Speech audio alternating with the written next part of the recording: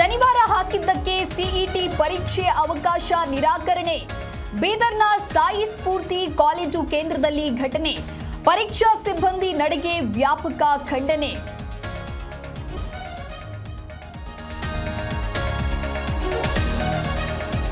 Survey ನಡೆಸಿ ಸಣ್ಣ ಸಮುದಾಯಗಳನ್ನ ಗುರುತಿಸಿದ್ದಾರೆ.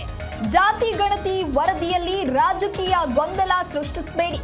ಬೆಂಗಳೂರಿನಲ್ಲಿ ಸಚಿವ ಬೋಸರಾಜು ಪ್ರತಿಕ್ರಿಯೆ.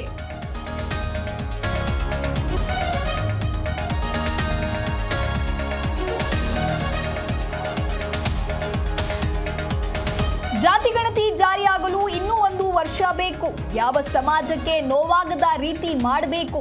ಸಚಿವ ಸತೀಶ್ ಜಾರಕಿಹೊಳಿ ಶಾಕಿಂಗ್ ಹೇಳಿಕೆ.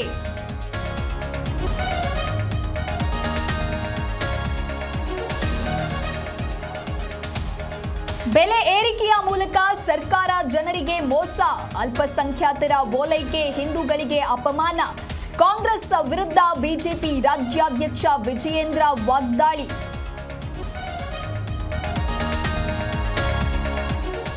ಕಾಂಗ್ರೆಸ್ನ ಅನ್ನಭಾಗ್ಯ ಯೋಜನೆಯಲ್ಲಿ ಗೋಲ್ಮಾಲ್. ನ್ಯಾಯಬೆಲೆ ಅಂಗಡಿ ಮಾಲೀಕರಿಂದ ಬಡವರಿಗೆ ಮೋಸ.